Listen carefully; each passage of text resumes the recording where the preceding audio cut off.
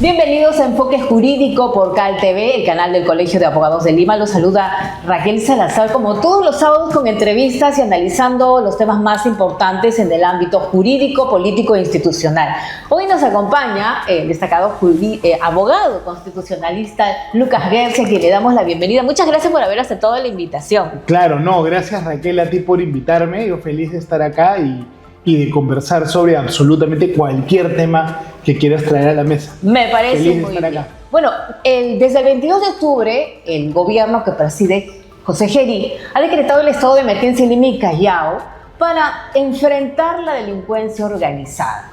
El presidente hasta el momento no ha dado un balance, pero él ha advertido que no se pueden resolver los problemas de la noche a la mañana, pero que a diferencia de la señora Dina, ¿no?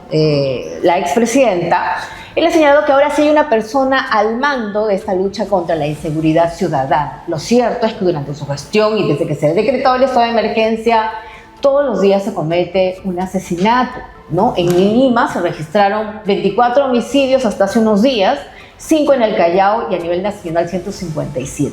Y muchos se preguntan, doctor, si este estado de emergencia, que no es novedoso, no es nuevo en nuestro país, ¿está dando resultados o es muy pronto para asegurar si es eficaz o no? A ver, el tema de la inseguridad ciudadana es un problema bien grave en América Latina.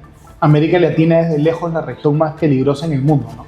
La región, América Latina, tiene 9% de la población mundial, pero tiene casi el 35-40% de los homicidios a nivel mundial. Es decir, somos por lejos la región más insegura del mundo. Y ojo que Perú ha venido empeorando, pero no es ni de cerca la peor región, ¿no? México, Brasil o Honduras están mucho más complicados que Perú, pero hay que trabajar para no seguir cayendo. Yo sí quiero destacar, por ejemplo, si tú miras los datos de homicidios, probablemente el 2025 cierre con un número de homicidios bastante inferior al del 2024. ¿Va? O sea, alguito de repente hemos avanzado. Hay que mirar los datos, los números. Cada vida es una tragedia, ¿no? Cada distorsión es insoportable, pero también hay que ver la estadística. Porque hay analistas que dicen que todo sigue igual. No, yo creo que en homicidios hay una mejora moderada, ¿no? Yo recuerdo haber visto la estadística y esa mejora moderada de este año respecto al anterior, pero igual un montón de trabajo pendiente por hacer. Claro, porque si tú ves los noticieros casi a diario hay un homicidio. Claro que sí. A ver, el estado de emergencia es una figura bastante ambigua. A veces se dicta estado de emergencia y ese estado de emergencia termina siendo una figura pues simbólica, ¿no? Ya. Poner policías en la Avenida Brasil, poner militares en la Avenida Brasil o en la Avenida La Marina no va a ayudarnos a combatir la inseguridad ciudadana. O sea, muchas veces es una medida más para las cámaras que para la realidad, pero no siempre. Por ejemplo, este gobierno, con el estado de emergencia, ha empezado a hacer operativos en los penales, que son operativos importantes, ¿no? Lo que hay que poner el acelerador es el tema de la flagrancia, ¿no? Que haya más unidades de flagrancia, juicios rápidos, porque el crimen disminuye cuando el delincuente sabe que va a haber una sanción severa y rápida, ¿no? O sea, esa parte de la rapidez de la sanción es lo más importante que hay que trabajar. El presidente quería señalado que incluso no descarta que se amplíe el estado de emergencia, se extiende y se amplíe a lugares donde hay un repunte de la criminalidad. También se adopta otra serie de medidas, prohibir, ¿no?, el tránsito de 2 personas adultas en motos lineales. El alcalde de San Juan de Lurigancho, que es un distrito que también muy golpeado, dice que estamos en una etapa de contención gracias al estado de emergencia. ¿Qué otras medidas se deberían implementar durante esta etapa de excepción? Ese tema de las 2 personas en una moto, para mí esos son todos temas secundarios, ¿no? Lo más importante, yo creo, es dedicar los recursos a los lugares específicos donde se sabe que hay crimen, hacer un mapeo, identificar dónde está el crimen y ahí concentrar los recursos y hacer operativos en los penales. La situación de los penales es muy grave, ahí hay sentencias del Tribunal Constitucional, hay vulneración de derechos humanos en los penales, habría que aprobar un par de decretos de urgencia, construir un par de penales más, uno grande en el norte, uno grande en el centro, uno grande en el sur, para descongestionar, ir trabajando por ahí. Y otro tema es la lucha contra la minería ilegal. Si tú revisas dónde están los homicidios en el Perú, la mayor tasa de homicidios en el Perú, por lejos, es el distrito de Patás. No en número total, sino en homicidios per cápita. Por lejos, Patás. Número 2, ¿cuál es? Ananea, en Puno. ¿Qué cosa hay en Ananea? La Rinconada, que es el gran emporio de la minería ilegal. Y el siguiente, ¿cuál es? Tayabamba, que también es Fataz. Es decir, mira cómo el delito está absolutamente asociado en el Perú con el problema de la minería ilegal. Y acá el problema es que el Estado no tiene la voluntad, yo creo, suficiente de combatir la minería ilegal, y algunas partes del Estado inclusive están capturadas por la minería ilegal. Y ahí hay que ser muy claros, capturadas, porque mira, los mineros ilegales invaden las concesiones de las empresas formales. Los reinfos, más del 90% de los reinfos, no están en terrenos abandonados, sino están en terrenos que son concesionados o que tienen autorización para la actividad minera. Y por ley, esos reinfos deberían ser eliminados, purgados, pero el Ministerio de Energía y Minas nunca los excluye. Es decir, el Ministerio de Energía y Minas en la práctica está jugando el partido de los mineros ilegales, que son los que ocasionan la criminalidad en el Perú. Pero en el Congreso, ese es el tema. En el Congreso, la Comisión de Energía y Minas ha dejado en corto intermedio el proyecto que plantea extender el reinfo hasta diciembre de 2027. Así es, o sea, incluso ahí va a haber una marcha de los mineros artesanales. Mira la fuerza que tienen ellos en el Ejecutivo y también en el Congreso. Y he escuchado a varios candidatos presidenciales que cuando les preguntan por este tema se quedan helados y no saben qué decir porque ellos tienen la idea fantasiosa que van a ganar con los votos de los mineros informales, ¿no? O sea, tienen un poder político gigantesco. Yo creo que son el grupo de presión y de interés más fuerte en el Perú por lejos. Las campañas publicitarias que ellos han hecho son seguramente las campañas publicitarias más caras, ¿no?, de la historia del Perú. Increíble cuánta plata han gastado, millones en spots de radio, ¿no?, televisión, una cosa increíble. Entonces es bien grave porque el reinfo lo que permite en el fondo es legaliza la invasión de las concesiones, la invasión de los terrenos, y promueve la criminalidad. Porque aunque se insiste en decir, no confundan a mineros artesanales con los mineros ilegales. Eso es puro humo. Porque si tú revisas de la gente que está en el reinfo, qué porcentaje está en terrenos que se pueden formalizar y qué porcentaje está en terrenos concesionados a favor de las empresas, la gran mayoría está en terrenos que son concesionados, que ahí nunca se van a poder formalizar. Es un engaño, muchachos. Es decir, del grupo que está supuestamente en formalización, la mayoría en realidad son mineros ilegales y solo la minoría son informales que se van a poder formalizar. Y entonces sería un gran error del Congreso si amplía hasta diciembre de 2027 el reinfo. Somos así, nos estamos volviendo el estado capturado por la minería pues ilegal, ¿no? Así como hay estados que han estado capturados por el narcotráfico, ¿no? México en una época, Colombia en una época, o de repente ahora Venezuela, ¿no? Estamos volviéndonos lo mismo, pero de la minería ilegal. Y eso es bien, bien grave y tenemos que lograr construir una coalición de gente demócrata para poder enfrentar este problema. Y a ver, ¿cuál es el argumento de los ilegales, no? Su argumento es, ellos quieren que el Estado peruano haga una expropiación masiva que le quite a la empresa formal para que le den a ellos, ¿no?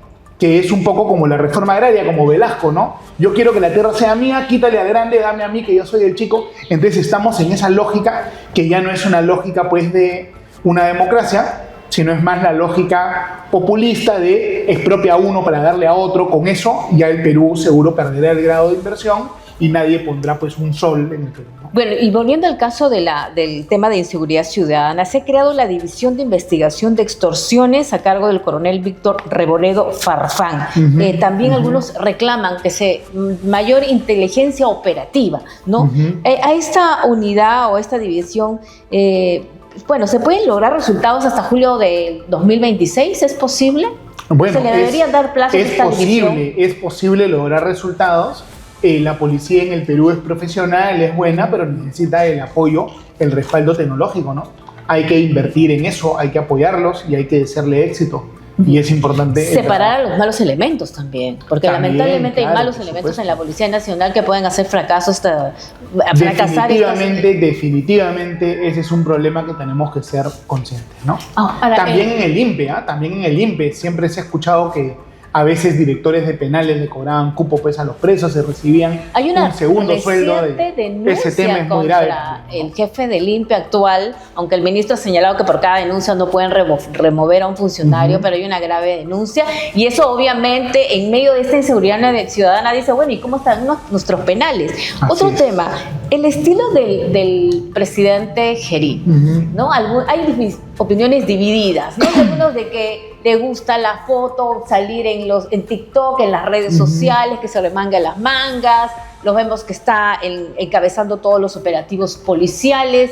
Algunos señalan, y bueno, y ahora creo que va a recorrer el país, lo hemos visto cantando ayer en su cumpleaños, algunos señalan de que él solamente busca popularidad, la foto, el like, ¿no? Que es pura foto, pero realmente no hay una estrategia seria de su parte. Mira, los gestos no te van a resolver los grandes problemas, pero los gestos igual importan, ¿no?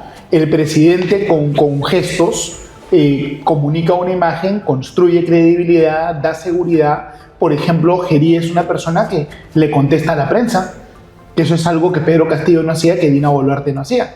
Entonces, el mero hecho de tener una persona comunicativa, que conversa, que contesta, que participa en las redes sociales, que da su punto de vista, te contesta, eso ya es muy bueno, porque es una persona transparente que comunica, ¿no es cierto? Entonces, las respuestas son rápidas, son buenas. El estilo no soluciona los problemas del Perú, pero el estilo es bueno.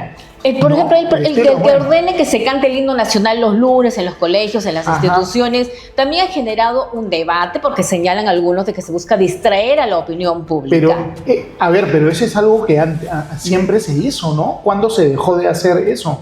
Eso es algo que ha debido hacerse siempre porque es parte del patriotismo, del sentido de comunidad, del orgullo que tenemos que tener los peruanos. Por los símbolos patrios. Hay que recuperar esos valores que son valores elementales.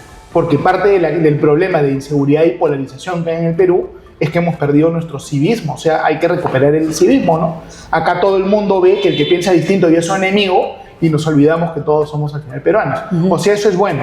Y mira, yo quiero destacar que Gerí ha nombrado como primer ministro a uno de los mejores magistrados y académicos que hay en Perú, que es el doctor Ernesto Álvarez Miranda. O sea, muy buen criterio de nombrar a un buen profesional como premier. Y yo espero que va a haber un gobierno de transición que nos va a dar orden y calma en este momento. Doctor, lo cierto es de que sí se le reclama un sector de especialistas. El mismo Colegio de Abogados de Lima ha expresado su preocupación a las leyes que aprobó el Congreso. Es un paquete que algunos la han denominado, mejor dicho, en buena parte, leyes pro crimen. Correcto. Para no decir, bueno, como yo sé que usted dice, esa es una narrativa que la están repitiendo como lorito. Yo no soy abogada, pero sí he leído los comentarios de algunos expertos. Por ejemplo, no podemos ir desmenuzando todos, pero por ejemplo, sí algunas. Por ejemplo, la ley que modifica el Código Penal y el nuevo Código Procesal Penal sobre la suspensión del plazo de prescripción. Se dice que limita la llamada, entre comillas, ley Soto, ¿no? Creo que le llamaban a eso, ¿no? Limita la suspensión del proceso penal a un máximo de 1 año, incluso si el otro procedimiento aún no concluye, lo que reduce el tiempo para investigar y sancionar delitos complejos, especialmente el crimen organizado, extorsión, lavado de activos y narcoterrorismo. Mira, a ver, sobre las leyes pro crimen, ¿ya? O las supuestas leyes pro crimen. Yo creo que esta es una generalización bastante burda, porque en ese paquete de supuestas leyes pro crimen, yo creo que hay leyes excelentes, leyes regulares, leyes malas y leyes pésimas.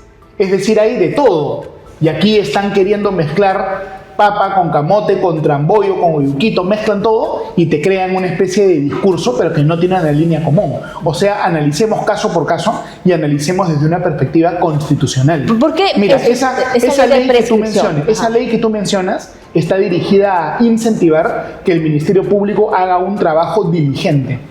El Ministerio Público, los casos complejos, ¿cuánto los demora? Hay gente que está siendo investigada por lavado de activos 10 años, 15 años, 20 años. A ti te investigan 15 años por lavado de activos y durante esos 15 años un banco te recibe. No, nadie te recibe, eres un paria. El Tribunal Constitucional justamente emitió una sentencia sobre eso. Imagínate una persona que es sujeta a una investigación 15 años y sale inocente, pero esa investigación 15 años no tuvo acceso a ningún banco, ¿ese quién le va a indemnizar?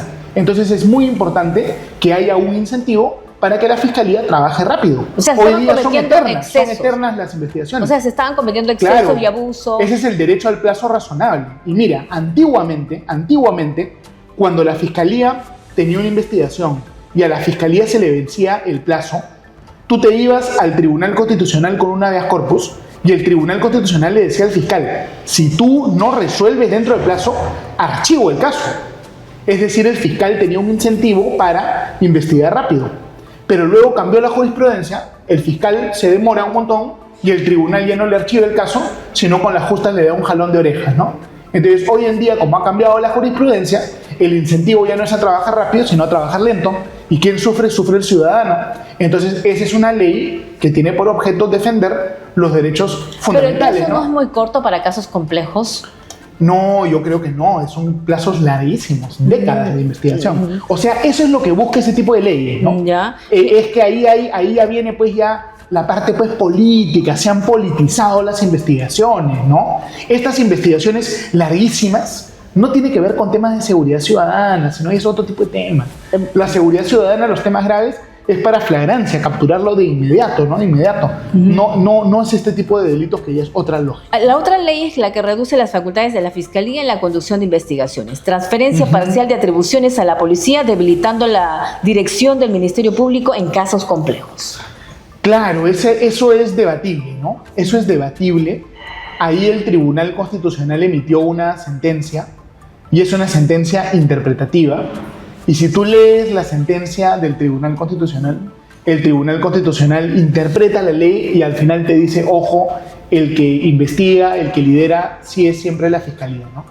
O sea, el TC no declaró inconstitucional la norma, pero de alguna manera le quitó su contenido, porque la Constitución te dice que el que investiga es la Fiscalía.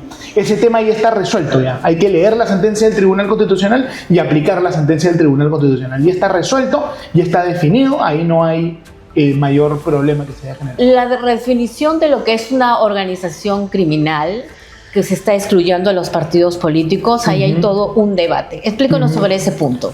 A ver, si todo es organización criminal, nada es organización criminal. Recuerda el caso emblemático que era el caso del expresidente Pedro Pablo Kuczynski, ¿no?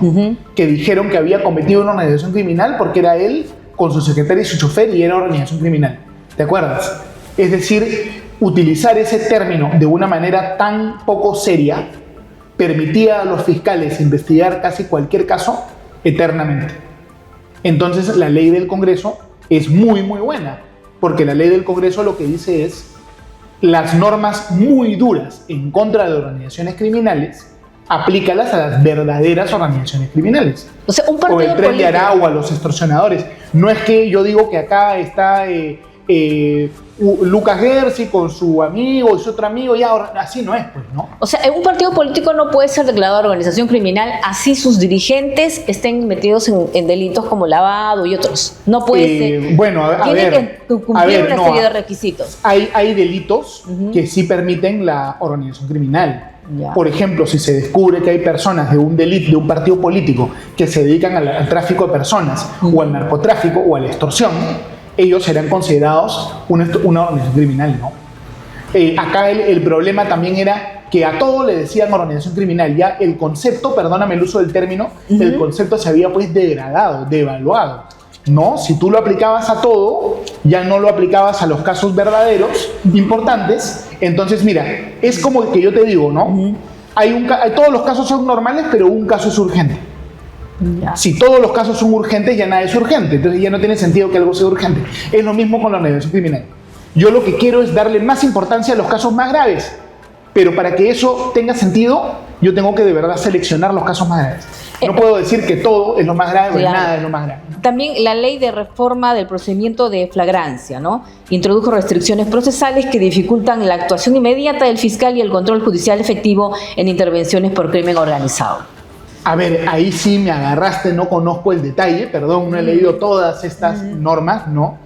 Ahí sí me agarraste, ¿eh? Tendría que revisar eso. En el tema de los allanamientos, por ejemplo, ahora se necesita de todas maneras la presencia de un abogado.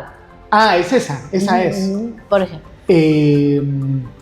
¿Usted está de acuerdo? Bueno, pero es que se hace el allanamiento y se llama pues al abogado en ese momento, ¿no? Es un tema de derecho de defensa, ¿no? No es un, el derecho de defensa es el factor sorpresa. Pero el factor sorpresa igual se da, ¿no? Llamas al abogado. A ver, ahí quizá podría haber, quizá en eso se les ha pasado un poquito la mano, ¿no? La situación, cambiando de tema, la situación de la fiscal Delia Espinosa. Mira, pero las verdaderas leyes pro crimen no las has mencionado. A ver. Que es la ampliación del reinfo. Esa es la verdadera ley pro crimen. Y luego hay leyes que a veces dicen que son pro crimen, que en realidad son leyes muy, muy buenas para defender los derechos fundamentales, como el cambio de la norma de extinción de dominio, por ejemplo. Pero a ver, ya, pasemos al siguiente tema. La situación de la fiscal Delia Espinosa es incierta, ¿no? Incluso lo que se sabe, ¿no?, es que a ella la están citando para el lunes la Junta Nacional de Justicia. Ella había señalado que iba a ir al Ministerio Público, pero el fiscal actual interino ha señalado, bueno, que incluso hasta la podría detener.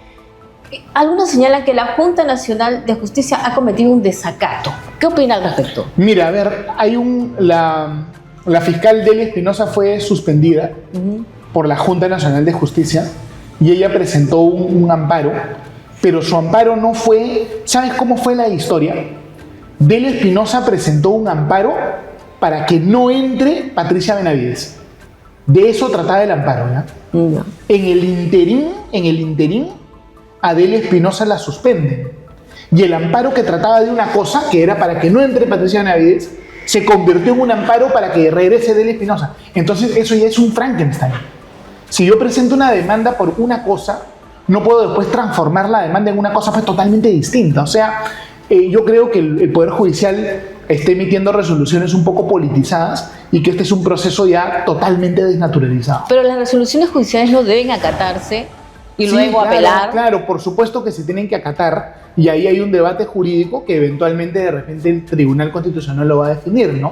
Porque Delia Espinosa pidió una cosa, ¿no?, que se le inaplique una causal de suspensión, pero a ella le habían suspendido por 4, ¿no? Entonces la Junta dice, ya te inaplico una, quedan 3, ¿no? O sea, yo creo que su abogado no elaboró bien la medida, ¿no? Y ahí va a haber pues un debate, seguro va a terminar la discusión en el tribunal. La Junta de Fiscales Provinciales están solicitando a la Junta de Fiscales Supremos una revisión extraordinaria del proceso de elección del fiscal de la Nación.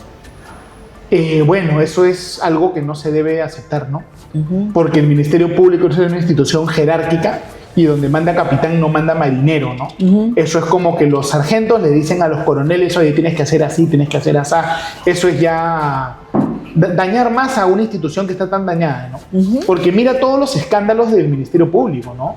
Mira el conflicto de Patricia Benavides con Delia Espinosa. Antes tuvimos el conflicto de Zoraida Ábalos y Tomás Aladino Gálvez y Chávarri. Es decir, llevamos casi 10 años de crisis en esta institución. Es trágico, ¿no? Y se necesita un liderazgo en el Ministerio Público, seguramente en estos momentos de inseguridad. En verdad, el Ministerio Público está tan venido a menos y tan enfrentado con sí mismo que algunos están diciendo que se aplique en el Perú lo que ocurrió en Guatemala. Yo no sé si tú conoces ese caso. En Guatemala tenían un Ministerio Público también con muchas crisis como en el Perú, y lo que ocurrió en Guatemala es que la OEA intervino en el Ministerio Público de Guatemala y el fiscal de la Nación de Guatemala era un señor que ni siquiera era guatemalteco, era colombiano. Es decir, la entidad internacional interviene el Ministerio Público y tratándote al país como si fuera ya un estado fallido. Entonces algunos están pidiendo eso para el Perú. Si nosotros no arreglamos nuestros problemas, nos van a empezar a tratar como estado fallido, van a querer intervenir en el Perú los extranjeros, ¿no? Entonces, mira, eso sería un papelón, ¿ah? O sea, de verdad, los fiscales no están dañando bastante la democracia en el Perú. Tienen que sentarse en una mesa, dejarse tonterías y trabajar para que haya seguridad ciudadana, ya cortar las tonterías, ¿verdad? Lo que sí se necesita un liderazgo en estos momentos en el Ministerio Público firme. Ahora, brevemente, porque el tiempo nos gana, Pedro Castillo está denunciando a todos los congresistas que votaron a favor de su vacancia y se le está postulando a él como candidato a senador. Correcto. ¿Esto es posible? ¿Qué le parece esta denuncia? Recordemos que en el Perú la gente mantiene sus derechos políticos, salvo que sean condenadas. Es decir, las personas que están en prisión preventiva pueden ser candidatos y deberían poder votar. ¿Ya? Ojo que ahorita no les permiten votar, pero toda la gente que está en prisión preventiva, en mi concepto, debería poder votar. Recordemos que Gregorio Santos, que estaba preso con prisión preventiva, postuló a la presidencia y sacó 500.000 de votos, un montón de votos. Entonces, así como Gregorio Santos pudo postular, Pedro Castillo también puede postular. El día que a Pedro Castillo lo condenen, ahí ya no podrá postular. Y para esta denuncia de Pedro Castillo contra todos los congresistas que votaron a favor de su esa sí es una denuncia pues inverosímil, ¿no? Inverosímil. En todo caso será el próximo parlamento que tendrá que revisarla, pero tiene bajas probabilidades de éxito. ¿El gobierno debió dar el salvoconducto para el caso de Betsy Chávez? Mira, la Constitución del Perú tiene un artículo, que es el artículo 36, que dice que el Perú está obligado a dar salvoconducto cuando otro Estado lo solicita. ¿Ya? ¿Eso por qué ocurrió? Por el caso Haya de la Torre. ¿Ya? Cuando Perú no le dio el salvoconducto a Haya de la Torre, y Haya de la Torre se quedó ahí preso en la Embajada de Colombia, Haya de la Torre después, cuando fue constituyente, metió ese artículo en la Constitución, recordando su propio caso. ¿Te das cuenta? Entonces, según la Constitución y según los tratados, el Perú tiene que dar el salvoconducto. Por eso es que el Perú no ha negado el salvoconducto. Simplemente se ha quedado callado. No, lo que está haciendo es que consultar ante la OEA una modificación a la Convención de Caracas. Así es. Estamos jugando en el límite. Pero por otro lado, México también actúa de una manera muy negativa, interviniendo en los asuntos internos del Perú. Inclusive el Perú podría evaluar una demanda contra México en la Corte Internacional de Justicia, ¿no? Y una cosa chiquitita, solamente brevemente, ya para finalizar. ¿Por qué el Perú debe retirarse de la Corte Interamericana de Derechos Humanos? Usted, en una entrevista que fue bastante polémica y viral, llegó a decir algo así como a más derechos humanos, menos democracia. A ver, te explico la frase muy brevemente. La frase es absolutamente elemental. Cualquier alumno de Derecho primer ciclo lo sabe. Si es que nosotros incrementamos el contenido constitucionalmente protegido, el contenido constitucional, estamos reduciendo la discreción que tiene el Parlamento y la democracia, ¿no es cierto? Si yo aumento la cantidad de derechos y digo el Estado tiene que garantizar esto y esto y esto, el Congreso ya tiene menos margen para crear políticas. ¿Te das cuenta? Es decir, nosotros queremos un mundo donde el Congreso tenga más discreción o donde el Congreso tenga menos discreción, ¿no es cierto? Si yo digo, es un derecho fundamental que tú recibas una pensión con estas características, el Congreso ya no puede formular la política pensionaria. ¿Te das cuenta? Es un trade-off, una situación donde yo tengo que escoger, ¿quiero protección de derechos fundamentales o quiero discreción legislativa, política, ¿no? Bueno, es debatible porque el que menos dijo, ¿cómo es eso? Mis derechos humanos, y ahora si se retiramos... Es gente que no Incluso que si no nos retiramos de la Corte Interamericana, dicen, bueno, y todas las víctimas de las injusticias internas no van a tener una tutela en el ámbito internacional. Bueno, ese es otro debate, ¿no? El Perú yo creo que no se va a retirar de la Corte Interamericana y yo creo que eso es esencialmente... Yo creo a veces un poquito para engañar a la población, ¿no? ¿Por qué motivo? Porque el Perú en este momento tiene un juez de la Corte Interamericana. El Perú hizo todo un lobby con todos los países de América Latina para escoger al doctor Borea como juez de la Corte. Entonces el Perú, que hizo todo un lobby, le pidió voto a todo el mundo, si hoy día se sale quedaría un poco mal. Lo que debe hacer el Perú es conversar con otros países, de repente Argentina, de repente Paraguay, de repente... Bolivia ahora, ¿no? Conversar con varios países y plantear algunas reformas, porque el sistema interamericano de derechos humanos en algunas cosas está funcionando mal. ¿Por qué? Porque se abusa de las medidas cautelares y de las medidas de ejecución. Por ejemplo, tú tienes un caso muy antiguo, de los años 90, que trata de un tema muy antiguo como Barrios Altos y La Cantuta, y ese caso lo agarran para pronunciarse de otros temas, ¿no? El caso de La Cantuta, muy antiguo, lo utilizan para hablar de la Junta Nacional de Justicia del Perú, de José Domingo Pérez, de Gorriti. Lo convierte en un caso antiguo en una manera de intervenir en la política coyuntural peruana. Y eso es un abuso de derechos y eso está muy mal. O sea, la Corte Interamericana hay que preservar lo bueno, pero tiene excesos muy graves que hay que corregir también. Doctor Lucas García, pues muchas gracias por haber estado aquí en Enfoque Jurídico. Muchísimas gracias por haber aceptado la invitación. Hasta la próxima. Perfecto, muchas gracias. Bueno, y no hay tiempo para más. Si usted quiere ver esta entrevista, no se olviden de ver nuestras cuentas en las redes sociales, en Facebook, nuestro canal de YouTube también. Conmigo será hasta la próxima.